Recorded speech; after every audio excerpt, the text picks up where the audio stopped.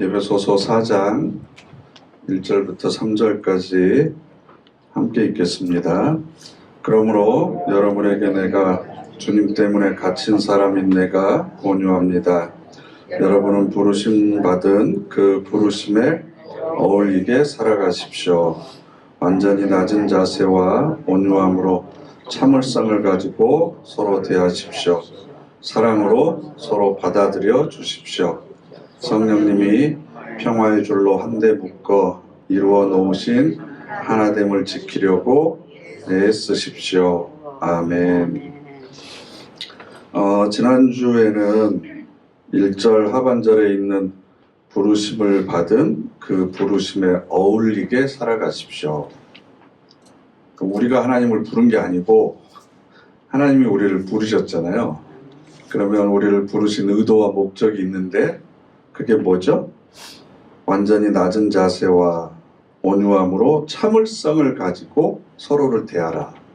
그리고 사랑으로 서로를 받아들여줘라. 사랑으로 서로 받아들여줘라.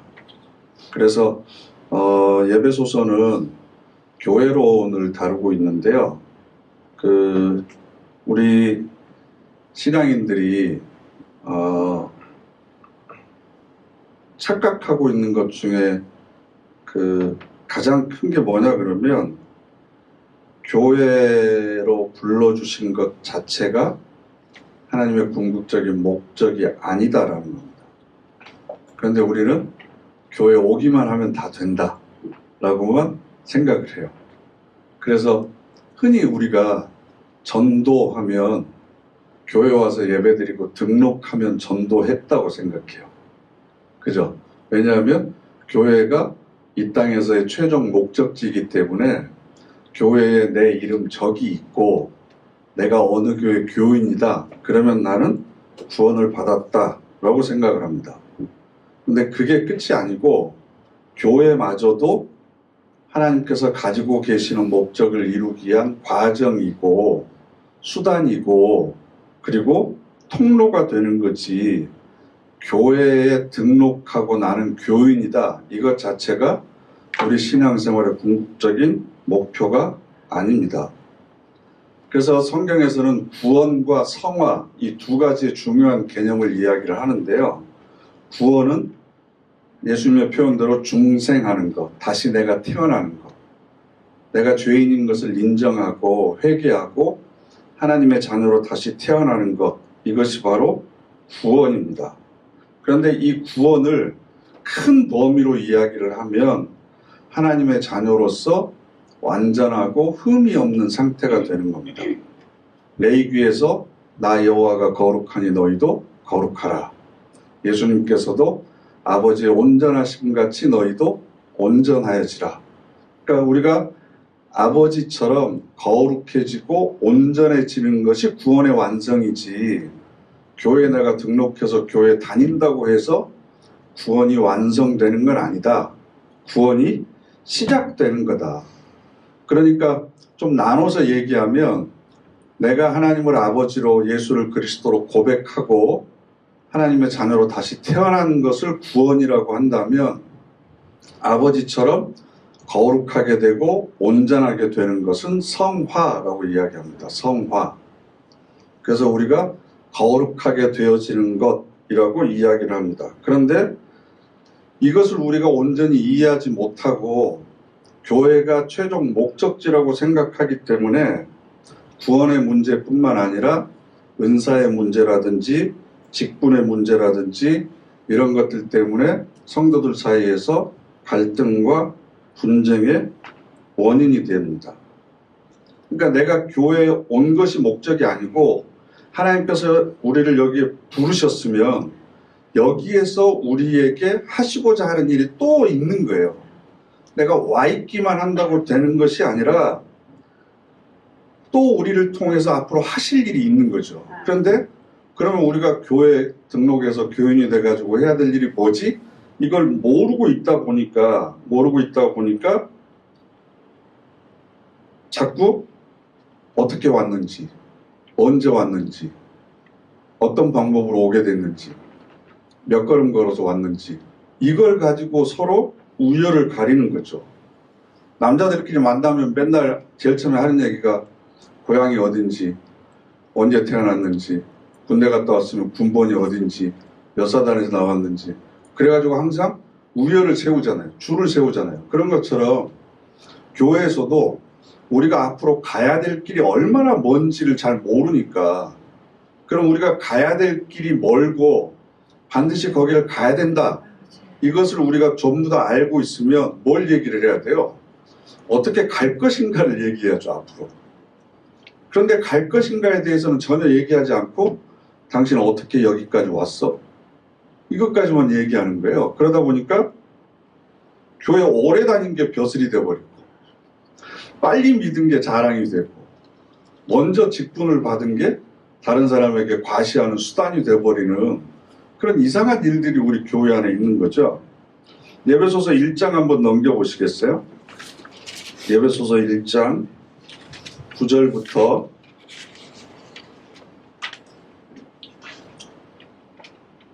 14절까지 함께 읽겠습니다.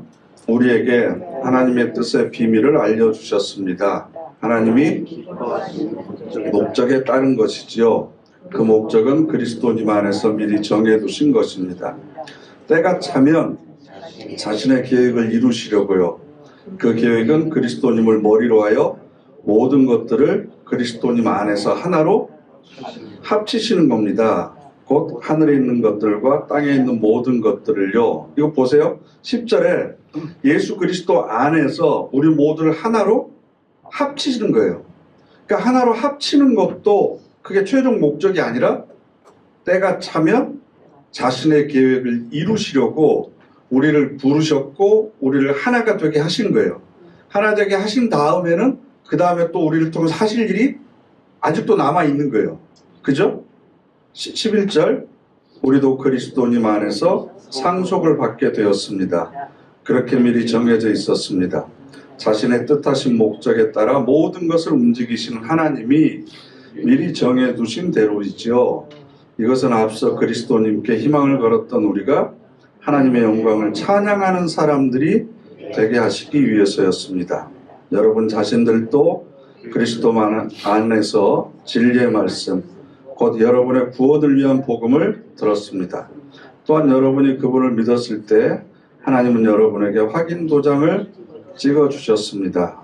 약속하신 성령님을 보내심으로써요. 성령님은 우리가 물려받을 상속에 대한 보증이십니다. 마침내 우리가 주에서 완전히 풀려나서 하나님의 소유가 되고 또 하나님의 영광을 찬양하게 될 때까지 말입니다. 아멘. 그러면 우리를 부르셔서 예수 그리스도 안에서 합쳐서 하나가 되신 것의 하세 궁극적인 목적은 뭐냐 그러면 11절에 그리스도님 안에서 상속을 받게 하려고.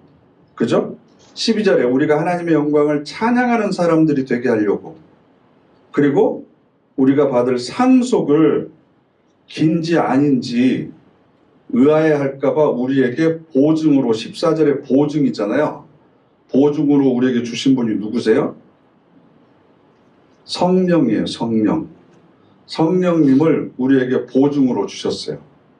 하나님 나라를 상속받을 것이 너무나 엄청나고 어마어마한 일이라 우리가 믿지 않을까봐 도장을 찍었다는 얘기는 13절 하반절에 하나님은 여러분에게 확인 도장을 찍어주셨습니다 라는 거예요. 도장을 찍었다는 얘기는 계약서를 썼다는 거예요.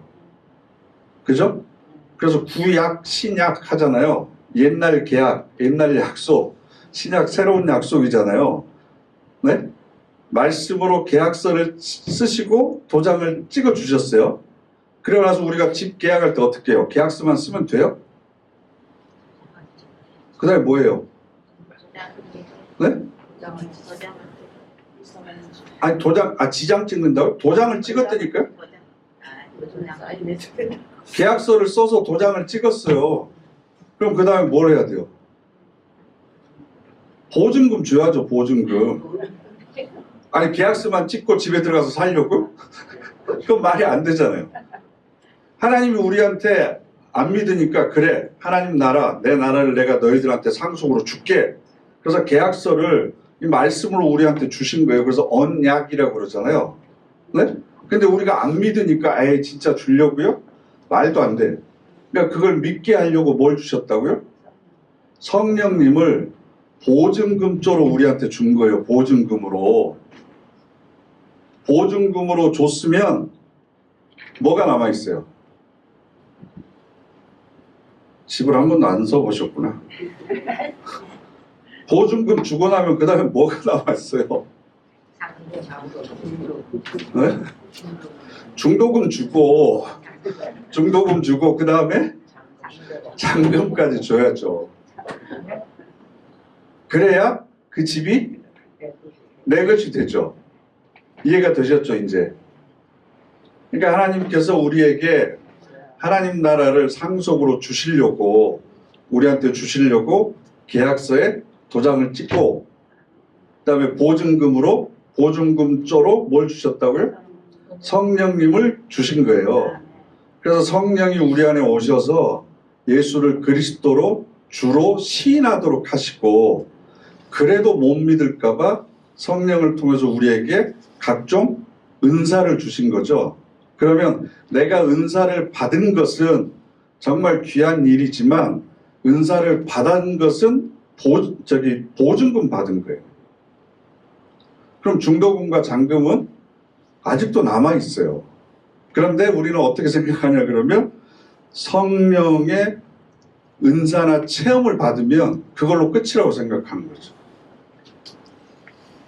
이 땅에서 내가 더 누려야 될 하나님께서 우리에게 약속해 주신 소망이 얼마나 풍성한지에 대해서는 별로 관심도 없고 그것에 대해서 누릴 것 생각 안 하고 그래서 보증금 받았다는 것만 자랑하고 있는 거예요.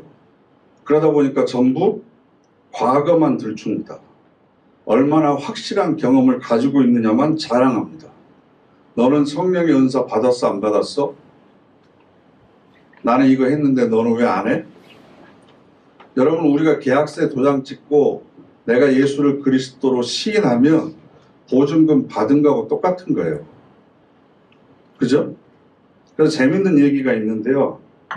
성경에 보면 예수님께서 소경의 눈을 뜨게 하신 치유의 기사가 2번 나옵니다.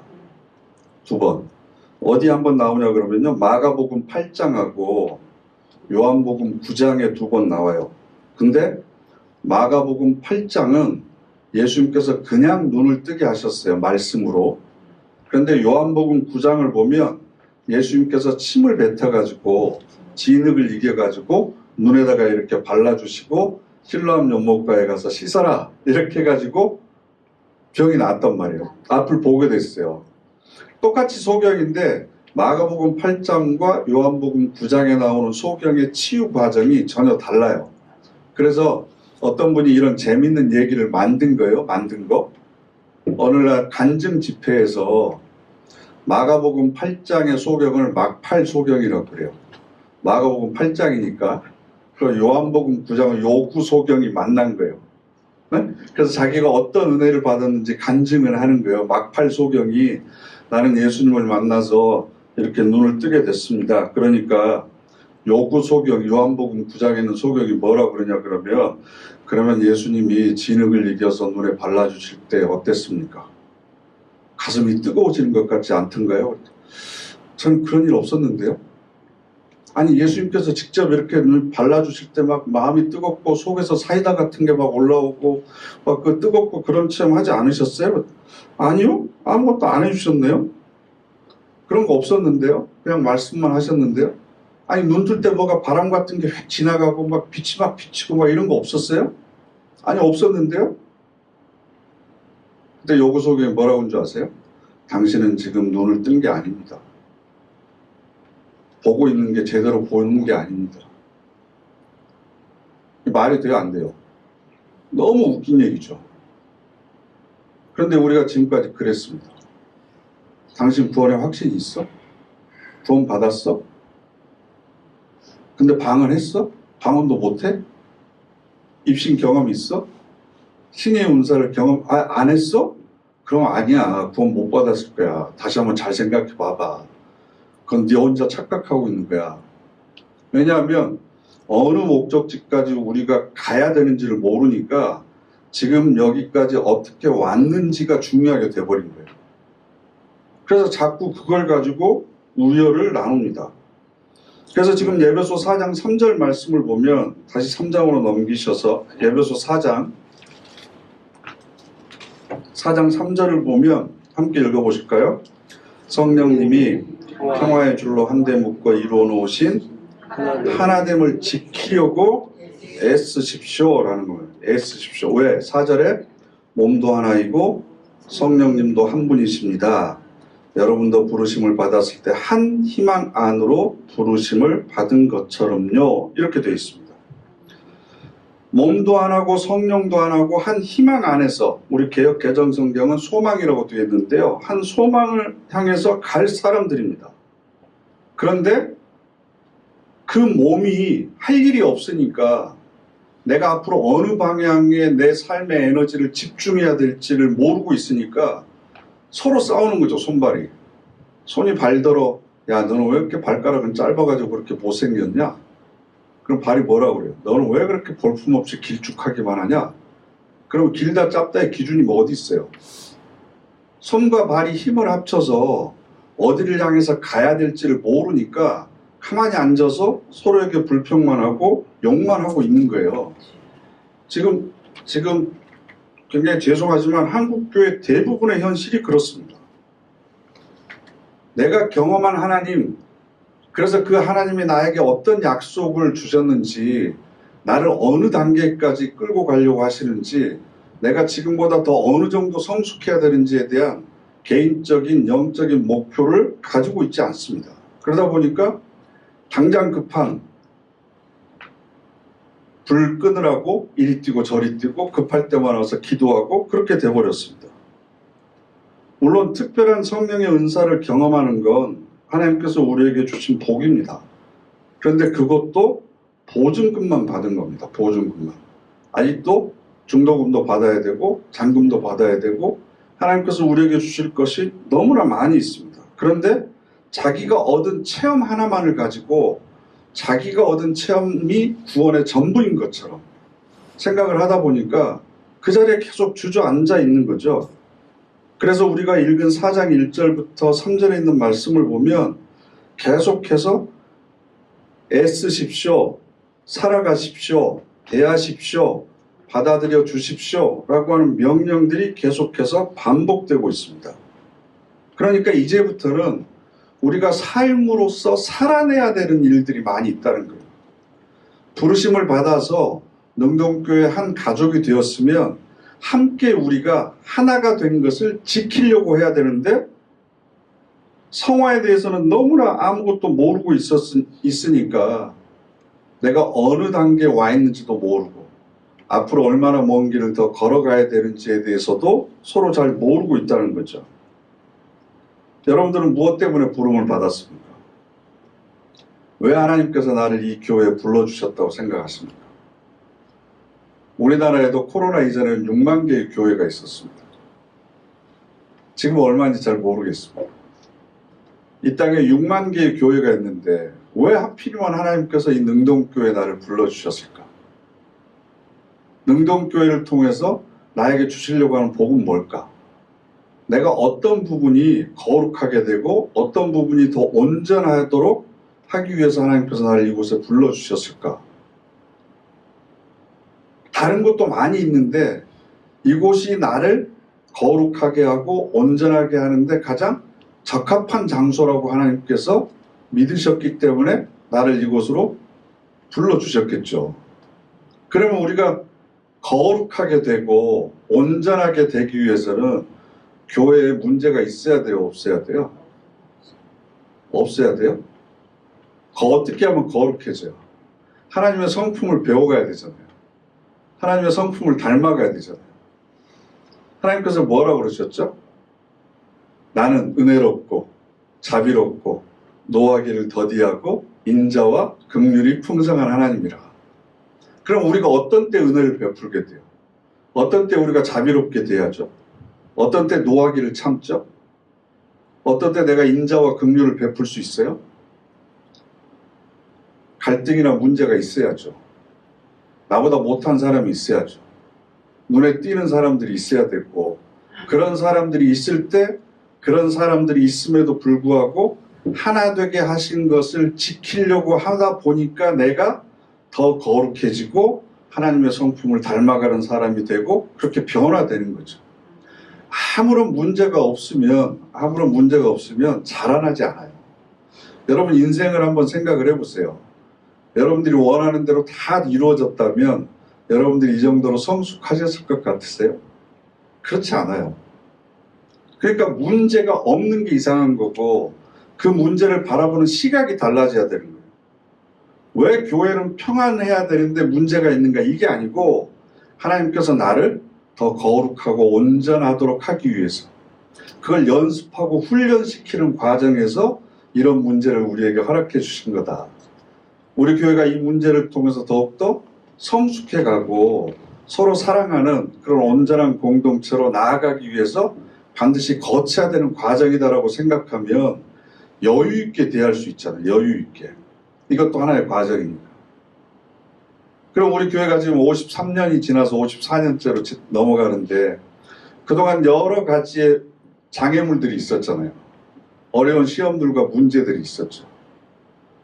그러면 그 과정을 통해서 그 문제를 일으킨 사람이 중요한 게 아니고 그 문제나 시험들을 통해서 우리가 더 성숙한 신앙인이 되었다면 성공한 거죠.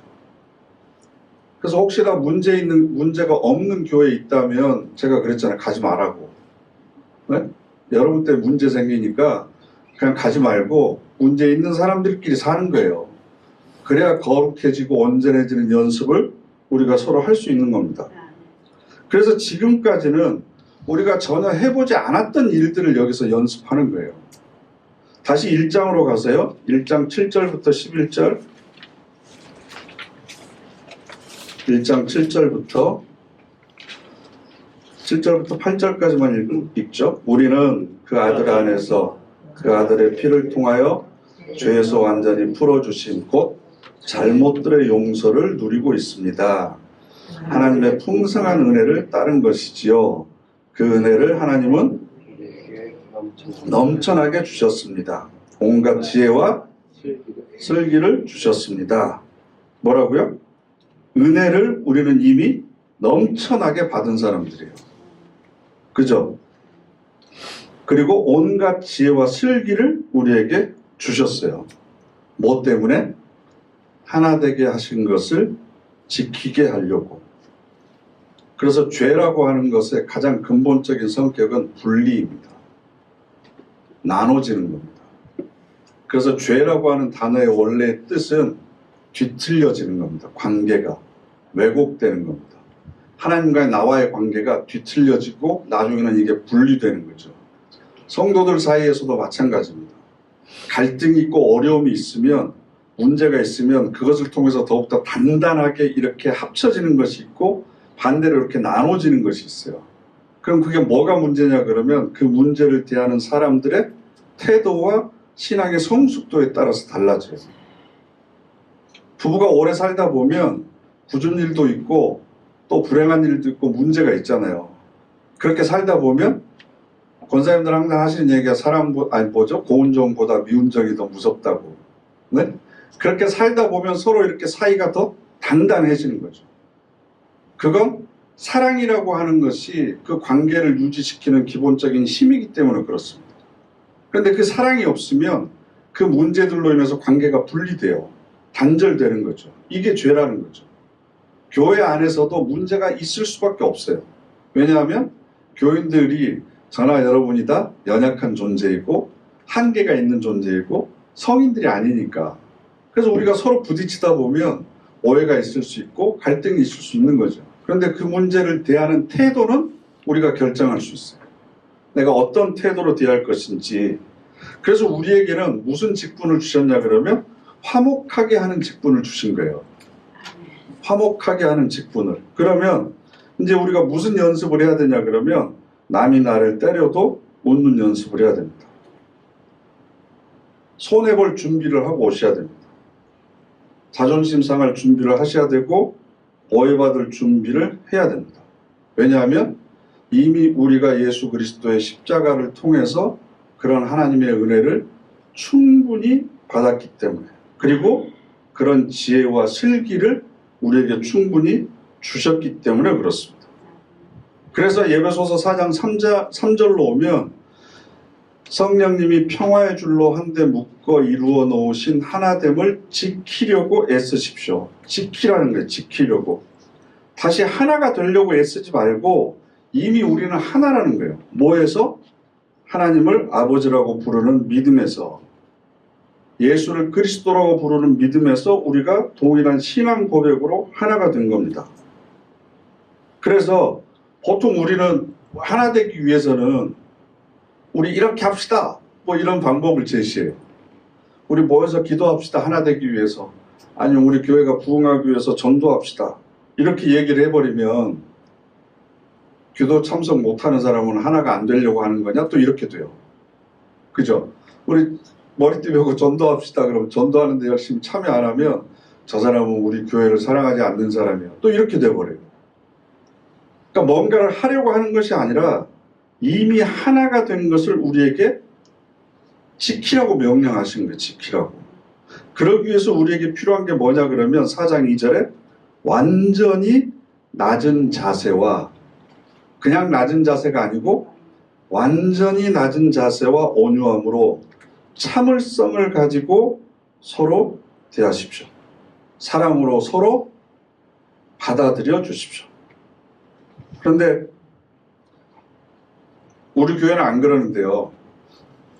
저기 딴 교회 보니까 누가 옷 이상하게 입고 왔다고 삐죽거리고, 머리 이상하고 왔기 때문에 눈 흘리고, 누가 예배 시간에 늦게 왔는데 저벅저벅 앞자리로 걸어가서 앉는다고 삐죽거리고, 예배 시간에 앞에서부터 채워야 되는데 뒤에서부터 앉는다고 속상해하고, 또 어떤 사람은 향수 진하게 뿌리고 왔다고 화내고,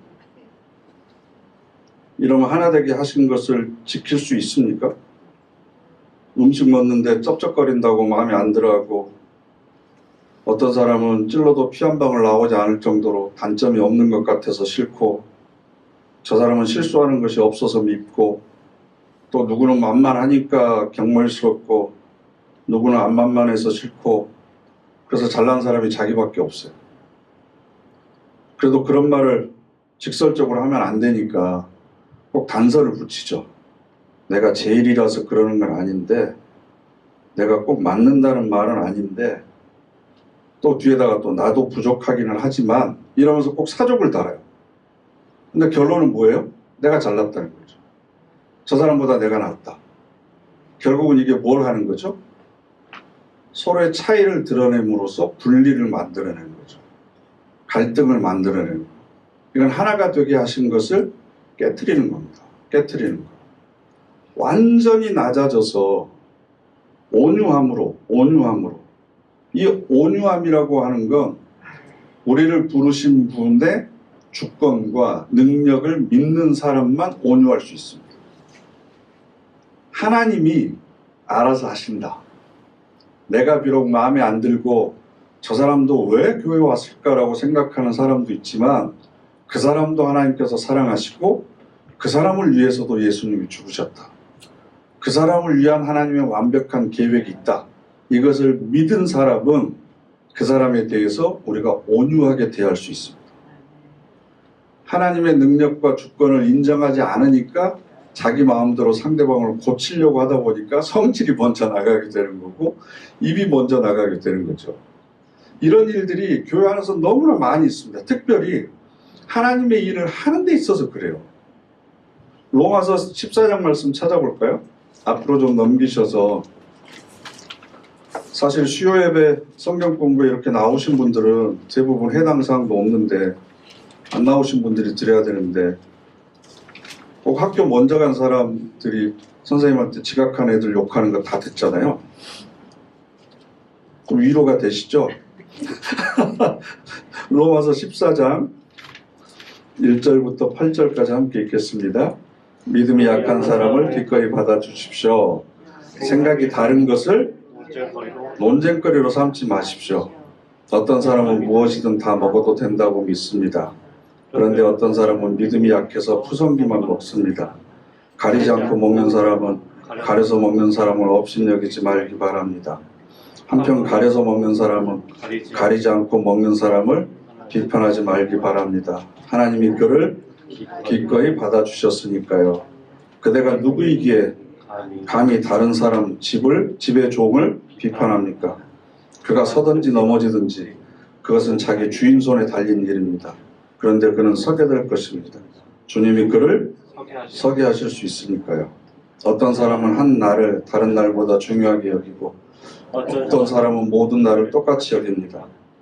저마다 자기 생각에 대해 분명한 확신이 있어야 합니다. 어떤 날을 특별하게 생각하는 사람은 주님을 위해 그렇게 생각합니다. 가리지 않고 먹는 사람도 주님을 위해 먹습니다. 그가 그렇게 하면서 하나님께 감사드리니까요. 가래 먹는 사람도 주님을 위해 가래 먹고 하나님께 감사드립니다. 우리 가운데 아무도 자기를 위해 살지 않고 아무도 자기를 위해 죽지 않습니다. 우리가 살아도 주님을 위해 사는 것이고 죽어도 주님을 위해 죽는 것이니까요. 그러니까 살든지 죽든지 우리는 주님의 것입니다. 아멘. 이게 지금 로마서를 읽는 사람들에게만 해당되는 게 아니라요. 저도 목회하면서 여러 번 봤는데요. 어떤 분들은 고난주간이 되거나 그러면 금식하는 분들이 있어요. 그리고 또 특별한 기도의 제목이 있을 때 금식하면서 기도하는 분들이 있습니다. 그런데 또 어떤 분들은 하나님께서 열심히 일하라고 이 귀한 육체를 주셨는데 금식하면서 건강을 훼손할 수 없다. 잘 먹고 나는 힘을 내서 열심히 일하겠다. 그러면 한 사람은 굶고 있는데 한 사람은 열심히 먹고 있습니다. 굶으면서 기도하는 사람도 하나님을 위해서 기도하는 거고, 그죠? 먹고 열심히 일을 하는 사람도 하나님의 일을 위해서 하는 겁니다. 그런데 나는 금식하면서 기도하는데 너는 왜 그렇게 열심히 잘 먹냐? 라고 얘기할 수 있어요? 근데 우리가 그런 일을 안 했습니까? 지금까지? 또 어떤 사람은 철야기도 밤새워 기도합니다. 하나님 앞에 매달리면서 하나님을 사랑하고 하나님의 말씀에 순종하는 행위로 철야 기도합니다. 그런데 기도하러 왔다가 시작부터 끝까지 옆에서 풀풀 자는 사람도 있습니다. 그런데 그렇게 열심히 자는 사람도 내일 열심히 일하기 위해서 자는 겁니다. 그죠? 철야를 하시는 분들은 자는 사람들을 관시할 필요가 없고 자는 사람들도 깨어있는 자를 관시할 필요가 없습니다. 야, 너는 깨어서 기도해야지. 철야기도 하러 와가지고 여기까지 와서 자냐? 너는 뭐 그렇게 밤새워 기도하고 있냐? 하나님이 다 알아서 해주니까 걱정하지 말고 자는 게 더 믿음이 좋은 거지. 어느 말이 맞아요? 둘 다 맞아요. 둘 다. 다 하나님의 영광을 위해서라면 다 자기 나름대로 각자의 방법이 있는 겁니다. 그런데 우리는 나와 같은 스타일, 나와 같은 방식으로, 나와 같은 행동으로 해야만 모든 것이 맞다고 생각해서 나와 다른 것을 용납하지 않아요. 여러분, 다른 것과 틀린 것을 구별해야 돼요. 제가 결혼식 주례할 때, 요즘엔 주례해달라는 커플도 별로 없어서 안 하지만 주례할 때 꼭 하는 얘기가 뭐냐 그러면 부부 사이에 다른 것과 틀린 것을 구별해야 돼요. 다른 것은 수용해야 돼요. 받아들여야 돼요. 틀린 것은 바로 잡아야 돼요. 근데 이 차이를 모르면 다른 걸 바로 잡으려고 그래요. 그리고 틀린 건 수용해.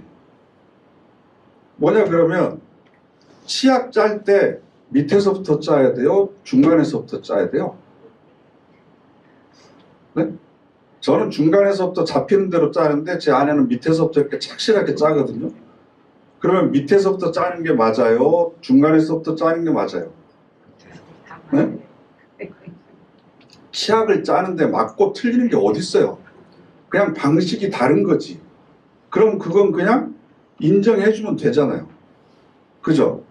근데 만약에 열심히 일을 하지 않고 도박을 한다거나 일확천금을 노린다거나 아니면 자식으로서 부모에 대해서 지켜야 될 도리를 지키지 않는다거나 이런 것은 틀린 거잖아요. 그런 건 바로 잡아야 되죠. 그런데 그것은 같이 동조해서 해. 그런데 다른 것은 바로 잡으려고. 그러니까 갈등이 생기는 거죠. 식성이 다를 수 있고, 그죠? 생활 방식이 다를 수 있고, 여러 가지 것들이 다를 수 있어요. 신앙 안에서도 나와 다른 거지 저 사람이 틀린 게 아니에요. 그럼 다른 건 어떻게 하라고요? 받아들여야 돼요. 수용해야 돼요. 그리고 다양한 사람들이 모여 있어야 다양한 색깔들이 있기 때문에 그 공동체가 아름다운 거지, 하나의 색깔로 모두가 다 통일되어 있다면 그 공동체가 내는 색깔이 아름다울 수 있겠습니까? 그거 있을 수가 없죠. 어제 어느 텔레비전 프로그램을 보는데 스페인의 그 와인 만드는 곳에 가서 포도 이렇게 따는 걸 보여주더라고요. 근데 포도 알송이가 그렇게 크지는 않은데 한 송이에 여러 가지 색깔들이 있는 거예요. 우리가 생각하는 그 적보라색만 있는 게 아니고 녹색도 있고 노란색도 있고 핑크색도 있고 한 송이에 여러 가지의 색깔들이 있는 걸 보니까 너무 아름답더라고요. 교회는 다양해야 돼, 다양해야 돼. 그걸 수용할 줄 알고 받아들일 줄 알아야 된다라는 겁니다. 그래서 우리는 하나님께서 그 사람을 알아서 하신다. 하나님은 그 사람의 주인이다. 그러면 종이 누워있든지 아니면 걸어가든지 그건 우리가 상관할 바가 아니고 하나님께서 하나님의 때 알아서 세우실 거다. 나도 그렇게 했듯이. 그래서 새로 태어나서 거듭나서 하나님의 자녀가 되면 영적인 연령이 다 다를 수 있잖아요. 어떤 사람은 스스로 걷지 못해서 예배드리는 것도 성경 찾는 것도 말씀 묵상하는 것도 제대로 못하니까 우리가 옆에서 하나씩 도와줘야 되는 그런 영유아기의 신앙인이 있을 수 있고, 한참 또 이제 사춘기가 돼가지고 목사님이 설교하면 이거 꼬투리 잡고 누가 뭐라 그러면 또 이거 꼬투리 잡고 이렇게 하는 사람들 있잖아요. 우리 교회는 없죠. 주변에 그런 사람이 없으면 뭐라고 그랬어요, 제가? 내가 제일 심하니까 안 보이는 거다. 근데 그렇게 꼬투리 잡는 사람도 사춘기를 거쳐가고 있는 거고, 그 사춘기를 거쳐가야 성인이 되는 거잖아요. 그죠? 그러면 단계만 다를 뿐, 우리 모두가 다 성장해 가고 있는 거고, 거룩함과 온전하심을 향해서 같이 걸어가고 있는 거죠. 가족도 보면 그 집에서 아이의 울음소리도 나야 되고, 할아버지 할머니의 기침소리도 나야 그 집안이 화목한 집안이고 여러 가지 색깔이 있는 아름다운 집안이 되잖아요. 그죠? 늙은 부부만 있거나 아니면 어린 애들만 있으면 그게 어떻게 되겠어요? 그건 안 되죠. 미래가 없는 거죠. 마찬가지입니다. 그래서 빌립보서 3장 20절 말씀 찾아볼까요? 에베소서 바로 다음에 있습니다. 빌립보서 3장 20절 말씀.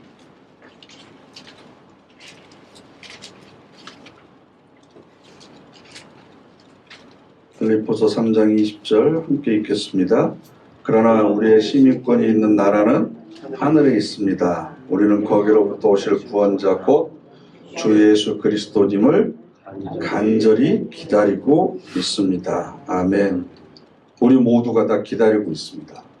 이 말씀의 의미는 그래서 저와 여러분은 아직 완성되어 있지 않습니다.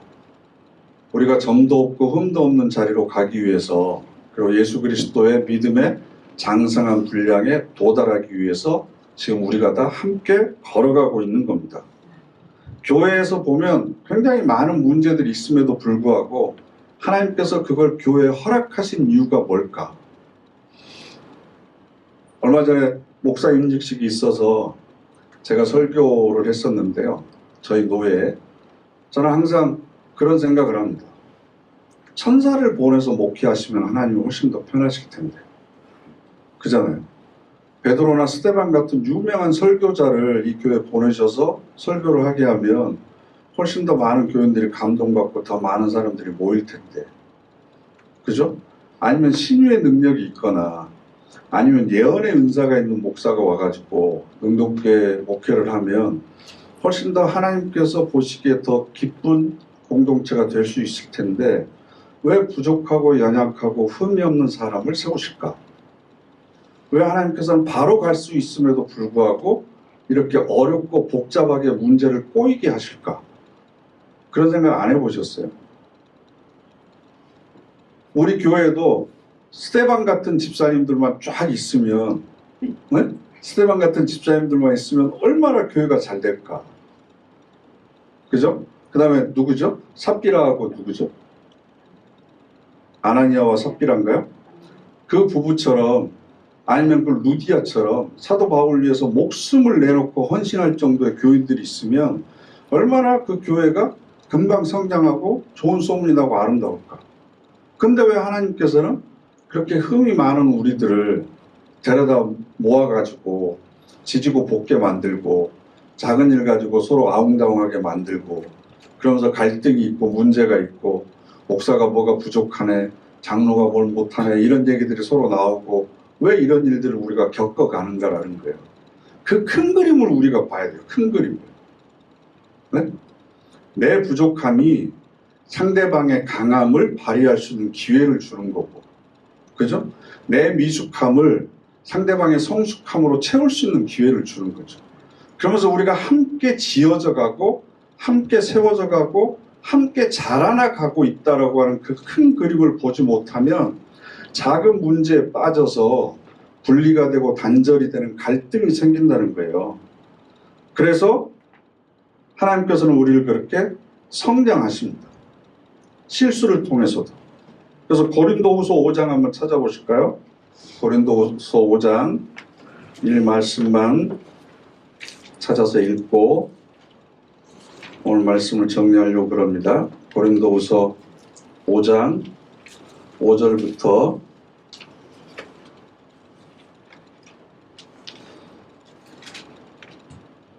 함께 읽겠습니다. 바로 이 일을 위하여 우리를 준비시키시는 분은 하나님이십니다.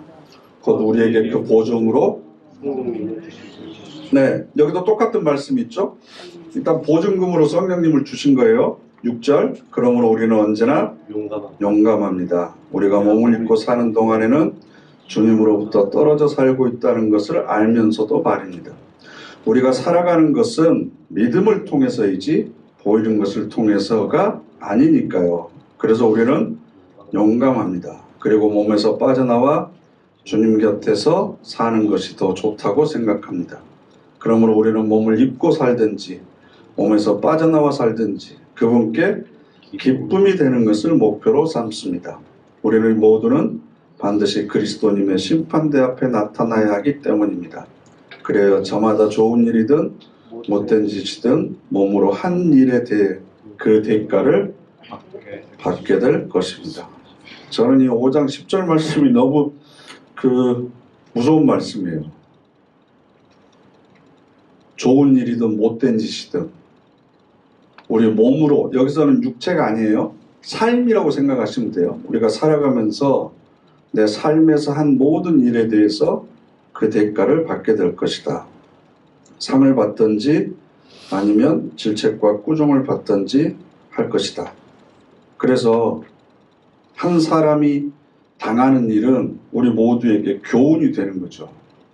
그래서 보통 집에서 첫째보다 둘째가 훨씬 더 어른스럽잖아요.